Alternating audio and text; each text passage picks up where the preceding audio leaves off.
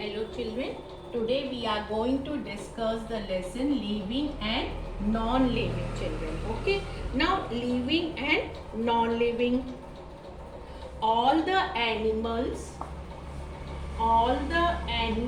and plants, all the animals and plants that you see around, that are living children. All that animals and plants which you see around you, what are that children? They are living. Okay, other objects that you notice every day, such as rocks,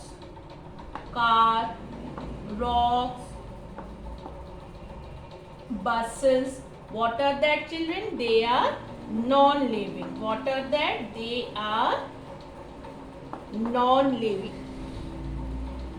Fine children, things such as furniture, cricket bats, hockey sticks, they all are made of wood. What you can call them? You can call them as the dead things through the trees from which the wood has taken to make these things were once living. What was it children?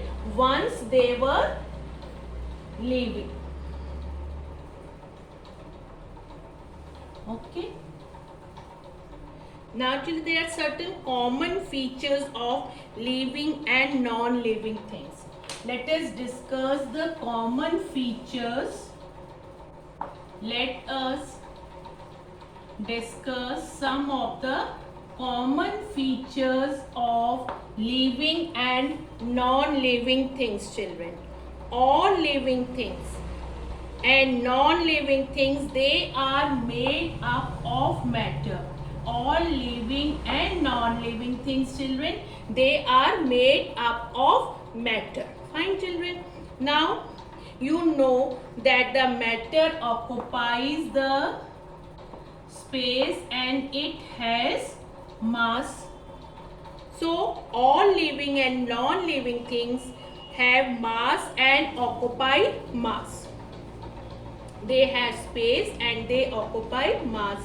Now another common feature children between a non-living thing is that they are made up of structural units. They are made up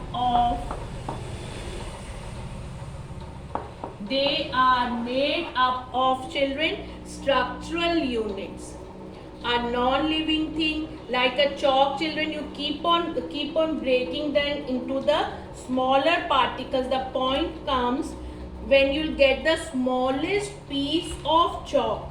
You have read that a molecule is the smallest unit. You have read that the molecule is the smallest unit of matter.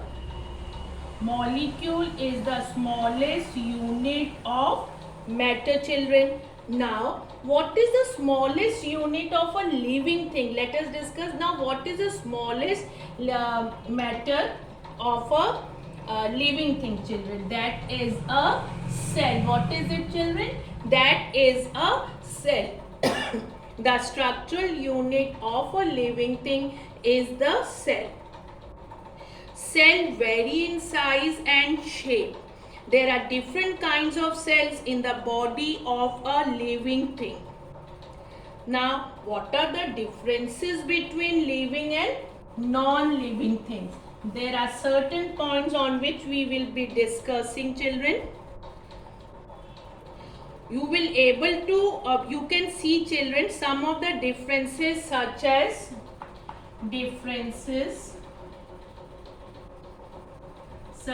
children movement. Okay, you will find the difference in the movement, intake of food, excretion and respiration. We normally recognize a living thing by its activities such as walking or running, and you can say that the car can run and robot can also work. So will you call a robot or a car a living thing? No, we will not call it as a living thing children. So let us discuss some of the important features of living things, the characteristics of living things. characteristics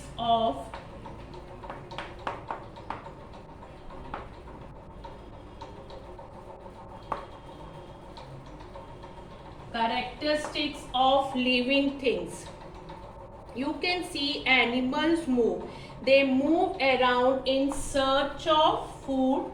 You know that the animals move. They move from one place to another in search of food. Children, all the living things animals can move. Now, what about the plants? They do not move around in search of food or shelter.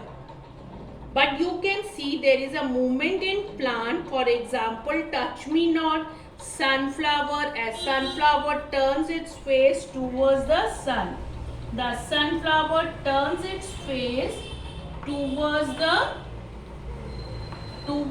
sun, children. Okay, and similar kinds of movement you can also find in the leaves of the orchid tree and flowers of lotus and water lily.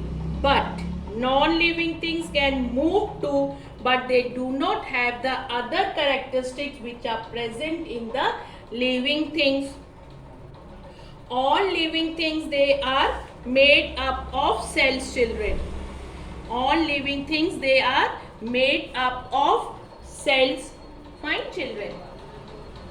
All living things are made up of cells. As in the case of just you talk about the wall. So brick is the smallest unit of the wall. As a brick is the smallest unit of this wall or of the construction, similarly, children, the living organisms are made up of tiny units that are called as cells, which already I have told you, children. Some plants and animals consist of only one cell. Some of the plants and animals consist of only, children, one cell. All bacteria, yeast, and some plants living in water are one cell. What do we call it? It is known as a unicellular organism. What is it known as, children? Unicellular organisms having only one cell. As the example is amoeba and paramecium, they are made up of a single cell. Paramecium, they are made up of a single cell, children. There is no change in the number of cells throughout their life cycle. The bigger the animal, the greater the number of cells, children. But what they also begin their life from a single cell. The life has started with the single cells. Now about that, the living things grow, children. Living things usually do not remain in the same size. You children have also increased in size. Okay? You must have observed, children, as you have grown older. Same is for the small puppy grows into a dog. Small seedlings grows into a plant. Many of them grow to become tall trees. But in the case of, there is a difference between the growth of living thing and, children, non-living things, such as the heap of sand. If the sand is there, so we add more sand in it. Okay, heap of sand. Growth in living things occurs within the organism by the division of cells. In the living thing, how does that growth arises, children? By the division of cell. But in the non-living things, children, what happens, children? Just we add that material. Growth occurs due to the addition of the material from the outside. Okay, now living things have a definite life span, children. Each living organism is born, it grows and then dies. And different organisms have, children, different lifespan. Each organism have a different lifespan. Each of them have a different lifespan. Fine, children. And then living things reproduce, children. All living things reproduce their own kind. All living things reproduce their own kind. Okay. So what all we have discussed right now, children? We have discussed about the cell. The cell is the structural and functional unit of a living thing. Then we discussed about all living and non-living things. They are made up of matter. Structural unit of a living thing is the cell. Fine, children. Cells varies in size and shape. There are different kinds of cells in the living thing. Cell can be seen under a microscope. Living things are made up of cells. They grow, they have a definite lifespan, reproduce, and this we have discussed, children. Then living things exhibit a great variety in shape. Fine, children. Now this point should be clear to everyone. What are the characteristics? Some of the characteristics we have discussed. Then the common features of living and non-living things. Fine, children. Thank you so much.